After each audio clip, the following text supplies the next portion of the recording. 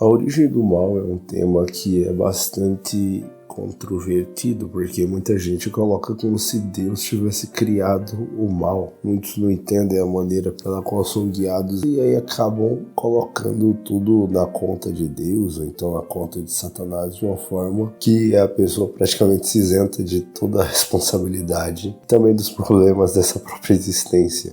No caso da gênese do mal, é um tema aí que é necessário um pouco mais de estudo, né, para conseguir entender como é que o mal surgiu, e pelo relato bíblico se vê que ele surge do céu. O mal ele tem todo uma construção, obviamente não vai surgir com Deus, porque Deus, de acordo com os evangelhos e também os livros do Novo Testamento, Deus é luz, né? Nele não há treva alguma. E além disso, Deus não pode ser tentado pelo mal, ou seja, ele não pode vir a condescender com desejos que são contrários à sua própria natureza. É uma natureza boa, de luz e que principalmente segue fielmente os 10 mandamentos, a lei que ele próprio institui e também coloca para todos os seres criados. Óbvio que quando se analisa essa questão é necessário que se entenda que Deus, quando criou o universo por meio de Cristo, obviamente que ele criou ali seres posteriormente, e seres com inteligência, seres que tinham a capacidade também de desobedecê-lo, tinham liberdade. Lembrando que sempre que Deus é amor,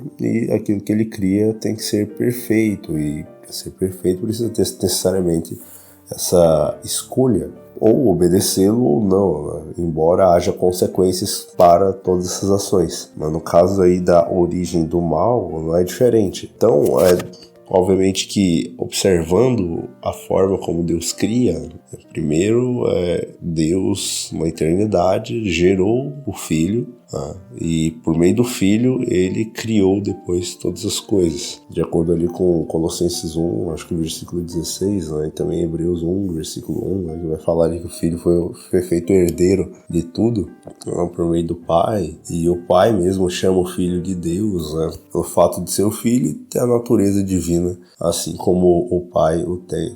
Então você vê essa questão da divindade de Cristo, da forma que Cristo atua. O próprio Provérbios 8, vai colocar também isso, de que Cristo ele criou também todas as coisas, e no princípio ele mesmo disse que foi gerado pelo Pai, ou seja, aprove ao Pai fazer o herdeiro de tudo, os nomes, a questão da vida original não emprestada, tudo veio pela filiação direta de Cristo em relação ao Pai. Posteriormente eles criam então seres criados, que seriam os filhos, só que filhos por criação, os anjos. E, de acordo com Apocalipse capítulo 5, verso 11, haviam diversos tipos de anjos, e diz lá que o número deles era 10.000 vezes 10.000, milhares de milhares. Lá em Daniel capítulo 7, fala que miríades de miríades o serviam, ou seja, milhões de milhões, milhares de milhares de seres criados ali, de anjos ao redor do trono. Apocalipse 5:11 diz: eu olhei e ouvi a voz de muitos anjos ao redor do trono, e dos animais, dos anciãos, e o número deles era 10.000 vezes 10.000 e milhares de milhares. Pelo menos é a versão King James que fala dessa forma. E aí você começa a traçar um cenário onde tudo foi criado perfeito, as estrelas rejubilavam no momento em que Deus havia criado por meio do Filho o universo, só que dentro dos próprios anjos, alguns dos anjos começaram a ter ideias diferentes acerca do governo de Deus. Quem começou tudo isso, de acordo com a própria Bíblia, foi Lúcifer. Aí começou como? De acordo com João, capítulo 3, versículo 8, primeira carta de João, aquele que comete pecado é do diabo, porque o diabo peca desde o princípio. Para este propósito, o Filho de Deus foi manifestado para que ele pudesse destruir as obras do diabo. Então, quem peca, o próprio livro aqui vai dizer que pecado é transgressão da lei. Quem começa a transgredir, a escolher errado, a usar o livre-arbítrio de forma equivocada é o próprio Lúcifer. A gente vai ver outros textos mais aqui pra frente, ou seja, quem comete pecado é do diabo, porque ele peca desde o princípio, ou seja, o primeiro transgressor da lei, o primeiro rebelde, o primeiro que tentou, de certa forma, subverter a ordem celestial, se rebelar contra o governo do Pai e do Filho, foi Lúcifer, o espírito de luz. Então, ele começa a fazer todo esse trabalho por lá. Curiosamente, é num ponto histórico em que ninguém sabia o que era o mal, ninguém sabia o que era uma mentira ou algum tipo de engano. E o próprio Filho de Deus é que é manifestado para destruir esse tipo de obra, ou seja, destruir o pecado por meio da sua vida santa e contaminada. É que ao mesmo tempo que liga-nos ao Pai, ele também se faz próximo de nós. Então, sendo semelhante aos seres humanos. Um dos embates que Jesus teve contra os fariseus e os líderes religiosos da época dele, ali quando ele veio à Terra, ele, de certa forma, colocou os fariseus no mesmo nível de Satanás, porque ele disse assim: vós sois do diabo, né, que é vosso pai, quereis satisfazer os desejos. Diz lá que ele foi homicida desde o princípio e não permaneceu na verdade, porque nele não há verdade. Quando fala mentira, fala do que lhe é próprio, porque é o mentiroso e também o pai da mentira. Ou seja, querer satisfazer os desejos não só pelo fato do pecado em si, né, pela leniência em relação a estar aceitando a obra do Messias, mas também pelo fato de ser homicidas, ou seja, além de não quererem entrar no reino dos céus, eles simplesmente faziam com que os outros não entrassem.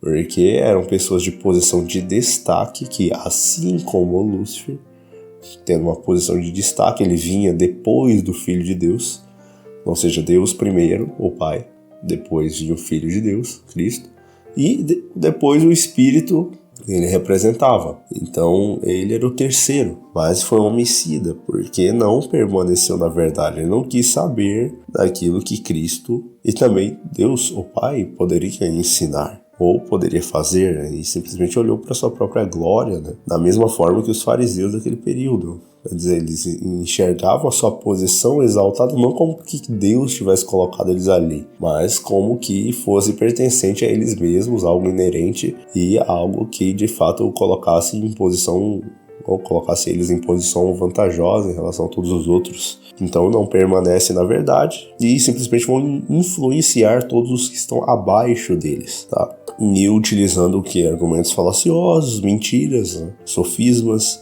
que justamente vão fazer com que essas pessoas elas não enxerguem a Deus e nem a Cristo como sendo seres dignos de serem considerados.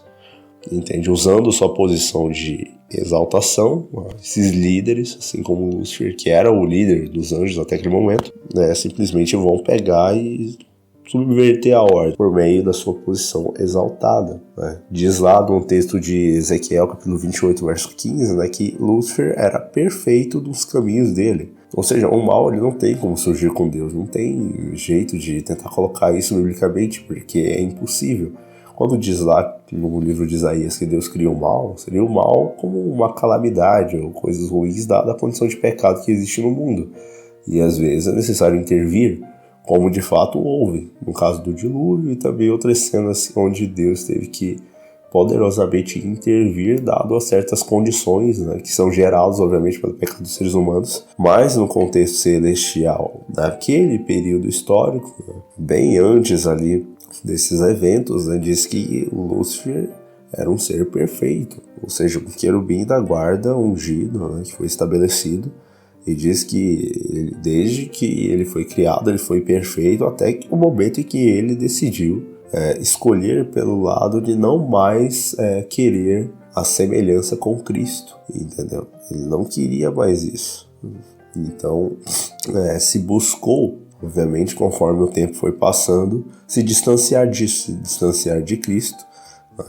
E ele acabou deixando os caminhos perfeitos dele, porque havia iniquidade dele. Ao invés de adorar e seguir o Filho de Deus, ele agora queria ser semelhante ao Pai, ou seja, queria tomar o lugar de Cristo, que é o que ele fez na Terra aí com a doutrina trinitária. Quer dizer, tu tem adoração ao Pai e ao Filho, mas ao mesmo tempo um Espírito Santo que é diferente do Espírito de Cristo e também do Pai. E assim ele faz todas as igrejas e confissões religiosas que adoram esse Deus nessa configuração a simplesmente adorá-lo junto, né, por tabela. Ou seja, se desconsidera que Cristo é o Filho de Deus, mas é um Deus igual ao Pai, e ao mesmo tempo um outro ser totalmente diferente, estranho à divindade, é colocado como sendo um espírito, e a partir disso as pessoas adoram isso e não sabem exatamente o que estão fazendo. Tudo porque essa questão de Lúcifer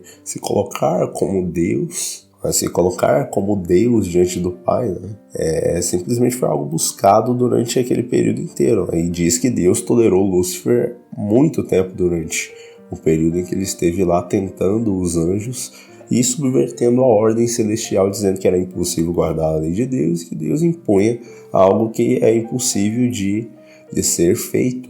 E se as leis de Deus, portanto, são completamente injustas e ninguém pode guardá-las, o próprio Deus é injusto e indigno de estar no trono governando. Então, diversas promessas foram feitas nesse sentido, de que simplesmente a vitimização de Lúcifer é algo real, por meio do qual ele simplesmente estava, de certa forma, sendo passado para trás por Cristo, entendeu? Ao invés de fato reconhecer que o lugar do Filho de Deus era de fato um pouco abaixo do Pai. Naquele momento, ele havia sido atribuído uma posição exaltada, mas nem isso adianta de simplesmente enxergar e ver. Então Lúcifer foi perfeito até um certo ponto, mas depois disso ele se converte no adversário, Satanás. E o único jeito de cessar aquele problema no céu foi Deus ter que chegar ao ponto de expulsar. Outros textos bíblicos também apontam outros elementos que Deus ele acabou trazendo para essa questão, porque diz o texto lá de 2 Pedro 2, verso 4, que Deus ele não poupou os anjos que pecaram. Veja, ele tolerou por longo tempo Lúcifer e também os seus simpatizantes do céu. Chega um determinado ponto que gera uma guerra, de acordo com Apocalipse capítulo 12, o dragão ele arrastava a terça parte das estrelas do céu. No livro do Apocalipse, no capítulo 1, ali a estrela está ligada aos mensageiros ou aos anjos de Deus. Então, se o dragão, que é Satanás, líder, ele arrasta com a sua cauda, Isaías 9,15 diz que a cauda é como se fosse um falso profeta, é um engano, por meio da sua forma enganosa de ser, a sua dissimulação, consegue arrastar aí 1/3 dos anjos. Você pega um número de milhões, milhares de milhares que a gente viu aqui em Apocalipse 5,11, e aí você divide em 3 e uma parte aqui foi expulsa com ele. Ou seja, há bem mais demônios na Terra do que seres humanos. Então é necessário analisar essas coisas, e Deus ele não poupou esses anjos quando pecaram, porque no momento em que ele expulsa do céu, ele os lança onde? No inferno. Esse inferno aqui, coloca aí entre aspas, um local aqui de cadeias de escuridão, ou seja, reservados para o julgamento, ou seja, no futuro, de fato, de acordo com o Apocalipse 20, esses anjos eles terão a paga da sua recompensa pelo fato de terem transgredido as leis de Deus e levado os outros seres humanos a transgredir também. Talvez a gente estude mais para frente essa questão do juízo que Deus realiza, porque não só serão julgados os seres humanos, tanto os justos quanto os ímpios, mas também os anjos caídos, Lúcifer e Satanás. E assim Deus determinará a cada um que ama as suas obras, o resultado delas, com a punição. No caso do lago de fogo que arde com enxofre, está escrito lá em Apocalipse 20. Então Deus não poupou anjos quando pecaram, mas lançou no inferno, os entregou às cadeias da escuridão, ficando reservados para o julgamento. Outras passagens bíblicas, como por exemplo Judas 6, vai apresentar ali que os anjos que não guardaram seu estado original, mas deixaram sua própria habitação, ele reservou cadeias eternas sob trevas, até o julgamento do grande dia. Então os anjos que caíram com Lúcifer, que foram expulsos do céu e que participaram obviamente da morte do Salvador, simplesmente estão sendo guardados para o grande dia de julgamento, quando Cristo mesmo pronunciar a sentença para os justos: vinde benditos de meu Pai, entrai na posse do reino que vos está preparado desde a fundação do mundo.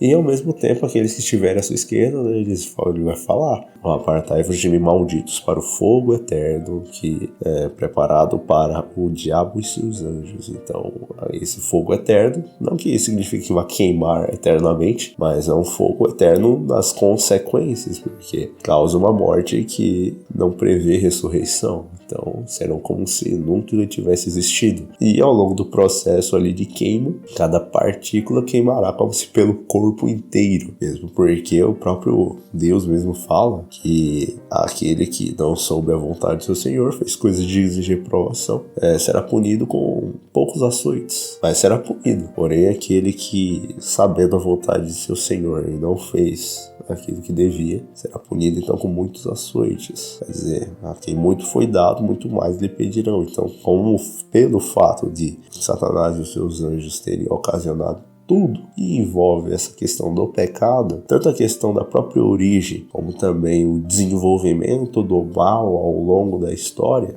tudo isso será punido por Deus. Não valeria a pena a sabedoria divina ter eliminado Lúcifer ou seus seguidores no céu no momento em que eles caem por lá, porque isso aí seria um grande erro. Veja, os anjos não sabem o que era o mal, não sabiam o que era mentira, o que era uma morte, um assassinato, ou coisas que viessem, de certa forma, a mostrar a realidade maligna do seu estado absoluto desenvolvido, entende? E se Deus tivesse destruído eles naquele momento, não se veria um Deus de amor. Nenhum anjo saberia a consequência real do pecado ou o preço que ele cobra por sua execução. E Deus teria ficado mal na fita, teria ficado bem ruim na história, devido a essa questão das acusações de Lúcifer, pelo menos num primeiro momento, elas terem um certo tipo de fundamento, uma vez que todas as coisas relacionadas ao pecado estavam totalmente obscurecidas e ninguém tinha um conhecimento real do que aquilo era ou do que aquilo causava. Era um elemento totalmente estranho no universo. Mas Deus deixou eles o quê? Vivos. Para quê? Para desenvolverem o mal. E assim todos os seres celestiais, todos os anjos que não são oniscientes e que permaneceram fiéis, pudessem ver e contemplar os resultados daquele governo se tivesse sido implementados lá onde eles moravam, a habitação deles. Por isso Deus foi muito sábio ao não ter destruído eles naquele momento.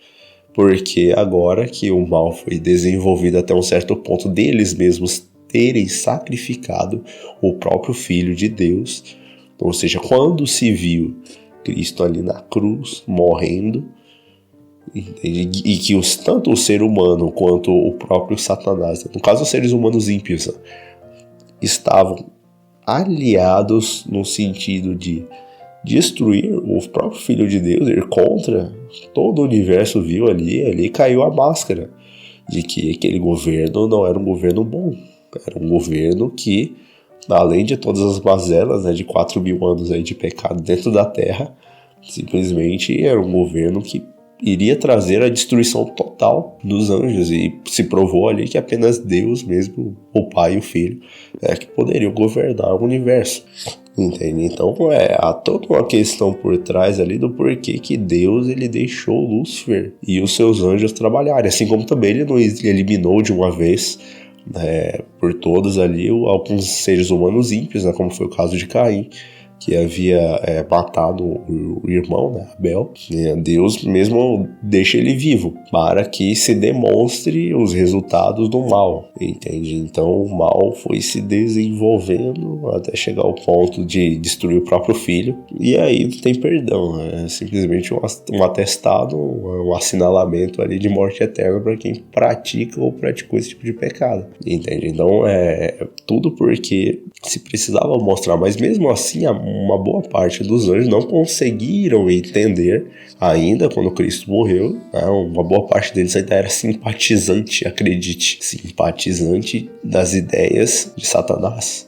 Então esses anjos aí, eles não guardaram de fato ainda essa questão de conseguir enxergar isso, tá? Posteriormente é que se verá de fato os resultados da graça divina na vida do ser humano, aí com 144 mil reivindicando o caráter de Deus finalmente, vivendo uma vida perfeita, a semelhança de Cristo, não só tendo os mandamentos de Deus, mas também a fé de Jesus.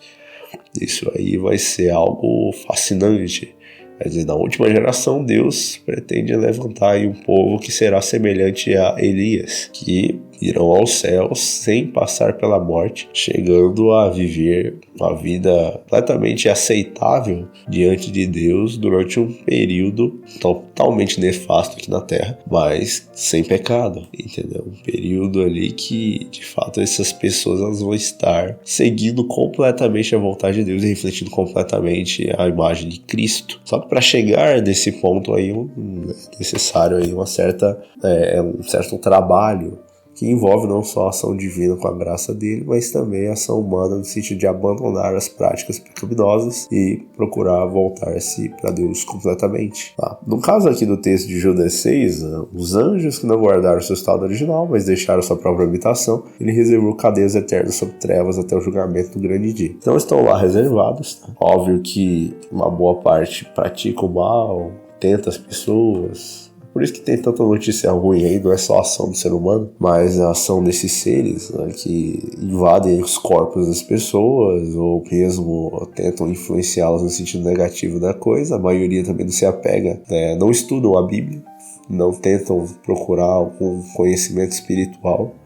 E aí se vê totalmente abandonados no mundo onde existem os dragões. Então, naturalmente, esses resultados ruins acontecem, tá? Outros textos bíblicos também vão trazer assim, de forma mais clara a origem do mal. Se a gente for em Isaías capítulo 14, versículo 12 até o 14, diz assim: como caíste do céu, ó Lúcifer, filho da manhã, tu que foste derrubado ao chão, que enfraqueces as nações. Porque tu tens dito no teu coração: eu ascenderei em direção ao céu e exaltarei meu trono acima das estrelas de Deus. Eu também sentarei sobre o monte da congregação dos lados do norte. Eu ascenderei acima das alturas das nuvens e serei semelhante ao Altíssimo. Mais uma vez, aqui a ideia de ser semelhante ao Altíssimo, ou seja, a mesma ideia que ele colocou para Eva: coma do fruto que vós sereis como deuses, conhecedores do bem e do mal. Ou seja, serão semelhantes ao Altíssimo da mesma forma que ele queria ser semelhante ao Altíssimo, só que, perceba bem, quem que é semelhante ao Altíssimo? Senão o Filho de Deus. Veja, toda a controvérsia é em cima do Filho de Deus. E as pessoas hoje não aceitam Cristo como Filho de Deus. Isso é um absurdo. Mas a maioria não aceita. Não aceita que Cristo é o Filho literal de Deus, que é o único semelhante ao Altíssimo por ser filho, ter a filiação com o Pai. Não é só um ser divino, mas é um ser que herda todas as coisas do Pai. E Lúcifer queria isso. Ele não aceitava ser o terceiro no céu. Ele queria ser igual a Cristo. Não no sentido do caráter, mas no poder, nos privilégios e também na adoração.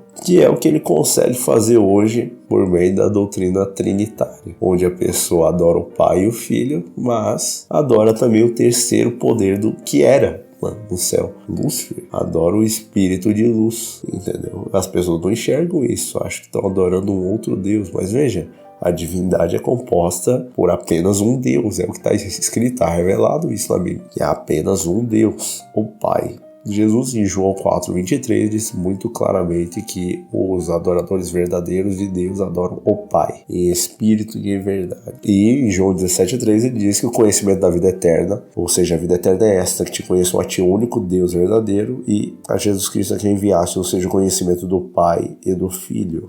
Ponto. Óbvio que eu não estou negando a obra do Espírito Santo verdadeiro, não, de Deus. O que eu estou dizendo é simplesmente que, por meio da doutrina trinitária, Satanás ele consegue adoração, entendeu? Porque em nenhum lugar da Bíblia se fala para adorar o Espírito Santo. E, uma vez que ele mesmo se coloca assim, a maioria das religiões cristãs, ora, que mal tem receber, então, a adoração ainda dos servos ignorantes que tentam servir a Deus, mas acabam desviando parte da sua adoração diretamente para ele. Aí você vai ver ali uma similaridade. Sempre essa ideia de adorar um Deus em três pessoas coiguais e coeternas. Isso aí é absurdo.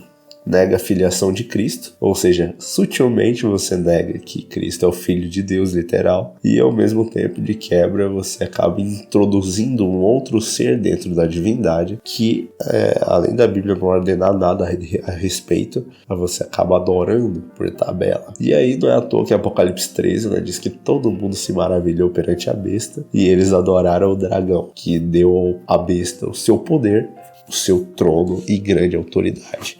Então Lúcifer queria isso no céu, não foi permitido fazer trindade por lá, tá? E aí ele é expulso para a terra. Então há essas questões aí que envolvem essa ideia toda. Em Mateus 25:41, Jesus diz: então dirá também aos que estiverem à sua esquerda, apartai-vos de mim, malditos, para dentro do fogo eterno, preparado para o diabo e para os seus anjos.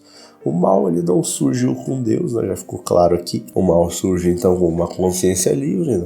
Lúcifer, que poderia ter escolhido não fazer isso, não se rebelar contra Deus e contra o seu filho, Jesus. Ele poderia ter escolhido, mas não escolheu este caminho. Portanto, o seu destino, assim como o destino de todos os ímpios, é participação no lago que arde com fogo e enxofre. No caso de Lúcifer, ao longo do processo de desenvolvimento do mal, isso antes dele ser expulso, né? Diz que o coração dele levou-se por causa da beleza e foi corrompendo a sabedoria, né, do brilho.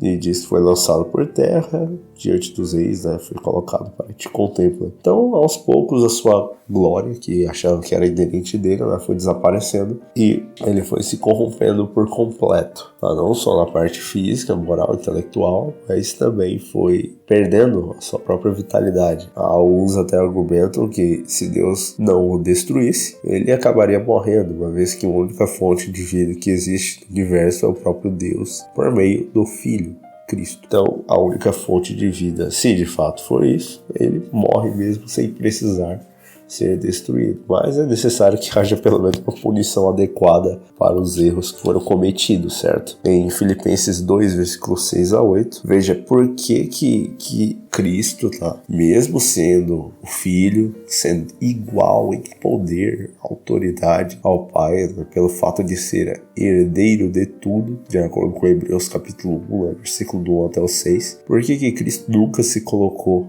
como Deus? Ele nunca quis quebrar o primeiro mandamento, que diz: não terás outros deuses diante de mim, mas só o Pai como o verdadeiro Deus, né? João 4:23. E o erro dos cristãos atuais, tá? E também dos outros que participam de outras confissões religiosas, de não adorarem o Pai, tá? Óbvio que você pode adorar Cristo pelo fato de ser o Filho de Deus, mas aqui é a razão pela qual o próprio Cristo nunca se colocou como sendo igual, como sendo o próprio Deus, tá? Porque Deus é o Pai. Há um só Deus e um só mediador entre Deus e os homens, Cristo Jesus homem, né? Ou seja, Deus é um só, é um ser pessoal e há um só Deus, né? Ouve Israel, o Senhor Deus é entendeu? Um monoteísmo raiz. Isso foi batido na tecla desde o período de Moisés até o último escritor do Novo Testamento, fugir da idolatria. Nem o próprio Jesus se colocou como sendo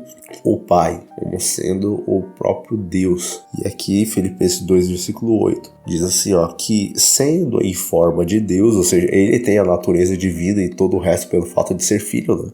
Então ele já é em forma de Deus, tem vida original, não emprestada, não derivada. É um ser que é Deus, é divino, a divindade de Cristo inquestionável. Só que o próprio Jesus, mesmo tendo tudo isso, ele diz aqui, ó, não teve por usurpação ser igual a Deus.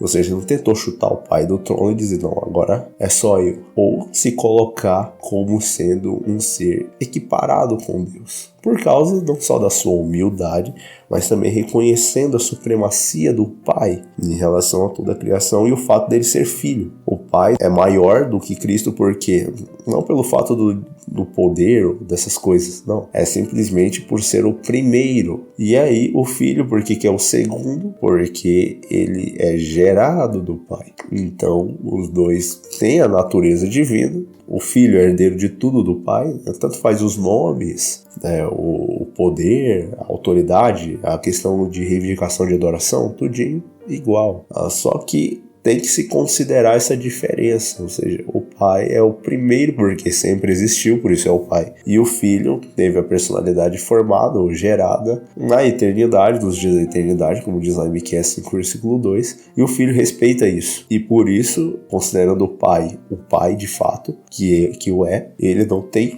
por usurpação ser igual a Deus, não tenta usurpar o lugar do pai. A Trindade, ela pega e coloca isso, ou seja, coloca Jesus, Cristo, Deus como o Pai, quer dizer, o Deus Filho, o que é totalmente contra o próprio primeiro mandamento, que diz para não adorar outros deuses, ou não ter outros deuses diante dele, e ao mesmo tempo tira essa questão de Cristo ser o Filho de Deus, porque agora ele é um Deus Filho, então é coeterno com o Pai. E não tem personalidade gerada coisíssima nenhuma, entendeu? Que é contra o texto de Miqueias 5, versículo 2, é contra o texto de Provérbios 8, nós pega ali do 22 até o 30, é contra o próprio texto que diz que o pai, né, concedeu ao filho ter vida em si mesmo, né? Assim como o pai tem vida em si mesmo, assim também concedeu ao filho ter vida em si mesmo. Então, uma série de textos bíblicos estão sendo quebrados, tudo por causa de uma doutrina, de uma ideia sobre a divindade, né, que simplesmente colocada por meio de Lúcifer para o mundo cristão, tá? E as pessoas acreditam que estão adorando o Deus verdadeiro, mas que na verdade é uma doutrina que acaba distorcendo totalmente a personalidade de Deus. Quer dizer, como Deus é um em três e três em um, e ao mesmo tempo é coigual e coeterno, entendeu? Não tem como ser coeterno, senão você acaba destruindo essa ideia de pai e filho, tá? Antes da criação. Então, quando diz lá em João 3,16 que Deus deu o seu filho unigênito, o unigênito é o único gerado daquela espécie, monogenes. E ele é gerado de quem? Do pai. Então o pai, ele deu o filho porque tinha um filho de fato para dar. Se você tentar ler esse texto à luz da Trindade, não faz sentido nenhum. Sendo Deus um em três em um, que já é absurdo, é totalmente contra a razão, entendeu? E se coloca justamente isso, entendeu? E as pessoas aí saem adorando esses deuses por aí, que não tem nada a ver com o pai e também nem nada a ver com o filho, tá? E adoram um outro ser que é totalmente estranho, a divindade, entende? Então é muita coisa que acaba distorcendo tudo isso. Então veja que, mesmo Cristo sendo em forma de Deus, ele não usurpou o ser igual a Deus, mas fez-se sem reputação.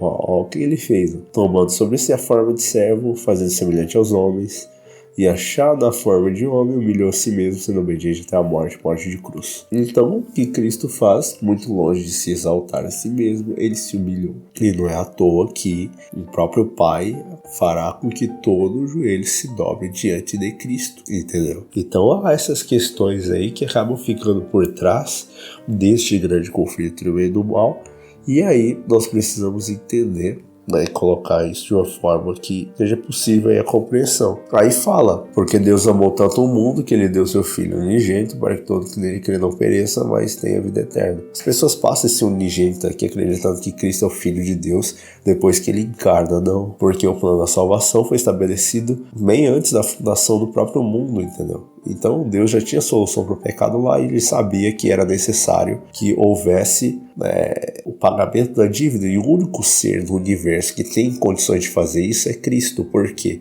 Cristo, ao mesmo tempo que ele está próximo das criaturas, ele é o filho dele, entendeu? Se Cristo fosse coigual e coeterno com o Pai, ele seria o próprio Pai.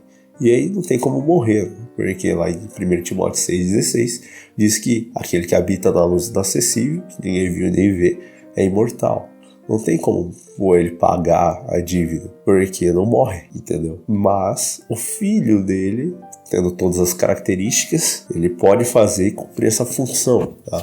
Porque a vida dele foi dada pelo Pai, como diz lá João 5. Que é o Pai, aprove e conceder ao Filho, né, o ter vida em si mesmo. Então você vê que é necessário que haja essa como ordem de coisas para que o plano de fato aconteça. E Deus, ele amou tanto o mundo que ele deu o seu Filho. Isso os anjos caídos queriam obscurecer a todo custo, porque não se podia ver o amor de Deus de ter dado o Filho, entendeu? Então, não se vê essa questão. É como se fosse um ser humano dando o filho mesmo dele para morrer, entendeu? O único gerado. Tem um exemplo lá de Isaac que perfeitamente faz essa questão, né? Que Abraão tinha um único filho e aí simplesmente esse único filho ali seria morto em sacrifício, simbolizando justamente a morte de Cristo. Então há essas ideias, né, por trás aí. E aí, analisando outros textos bíblicos, lá em Apocalipse 12, versículo 3 a 9, vai estar trazendo o que esse conflito ele gerou no céu, né, entre Lúcifer, os seus anjos e Jesus Cristo e os seus anjos. Obviamente que nem o pai batalhou ali, só o filho mesmo que expulsou o próprio Lúcifer. Diz aqui, e apareceu outro sinal no céu, e eis um grande dragão vermelho. Profeticamente a gente já sabe que esse dragão aqui é Satanás, tá? Tendo 7 cabeças e 10 chifres. Sobre esses 7 cabeças e 10 chifres, talvez eu fale no outro vídeo, tá? Tem também o simbolismo profético disso. Aí fala 7 coroas nas suas cabeças, nas suas cabeças, e a sua cauda, né? A cauda eu já falei, Isaías 9, verso 15, que trata dessa forma enganosa de você ser, essa questão do falso profeta, né, da pessoa que mente, diz ali que é a cauda, tá? Diz que com a cauda desse dragão ela arrastou até essa parte das estrelas do céu. Só ler aí Apocalipse capítulo 1, estrelas vai estar ligado aos anjos, tá? E diz que lançou sobre a terra, né? Quer dizer, ele foi expulso com as suas estrelas, né, que ele havia arrastado com a cauda, quer dizer, mostrando essa expulsão de Lúcifer, que foi arrastado com a terça parte dos anjos, né, para a terra. E aí continua dizendo, o dragão parou diante da mulher que estava pronto para dar à luz. Aqui o dragão, no caso, a gente já viu Satanás, e ele para diante da mulher, de acordo com Efésios capítulo 5, mulher é o símbolo da igreja, tá? Uma boa parte dos textos do Antigo Testamento, Israel sempre foi vista como noiva, né? Jerusalém também. Então aqui mostrando essa mulher aí como símbolo da igreja, então Satanás diante dela, tá?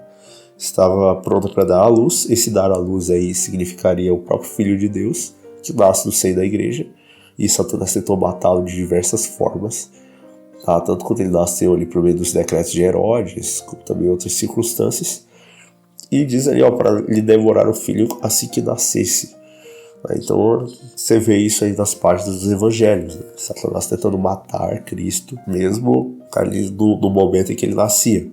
E aí diz, e ela deu à luz ao Filho do Homem, né, que é o título de Cristo, que há de governar todas as nações com cetro de ferro, e o seu filho foi arrebatado para Deus, né, que é falando da ascensão de Cristo.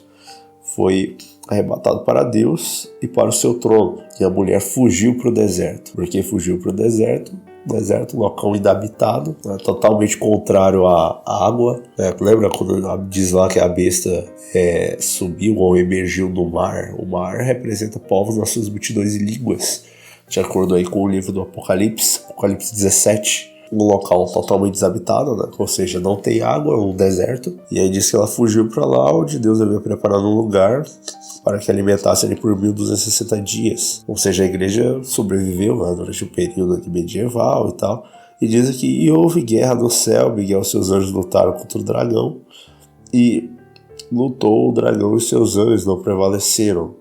Aqui justamente volta essa cena lá do passado remoto, e o grande dragão foi lançado fora, o antigo serpente chamado Diabo e Satanás, que engana todo mundo. Foi lançado para a terra, e os seus anjos foram lançados com ele.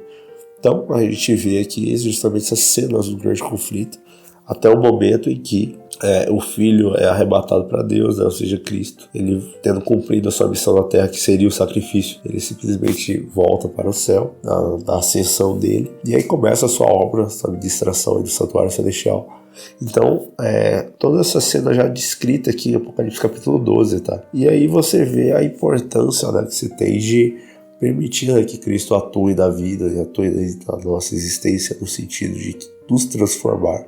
Porque se não estivermos de fato sendo transformados à semelhança dele, um dia poderemos estar aí na semelhança de Satanás, né, que é o seu arqui-inimigo. Então, deixemos Deus aí transformar nossas vidas, e devemos considerar de fato a importância, né, de crer corretamente sobre Deus, tá? E não cometer o mesmo erro de Lúcifer. Então é muito importante a gente ver isso. Espero aí que tenha ajudado aí a compreender alguns pontos, né, acerca dessa questão. Sei que é um tema bem vasto dentro das Escrituras. Procurei apresentar alguns textos, e Deus abençoe você. A graça e a paz de Cristo esteja com todos.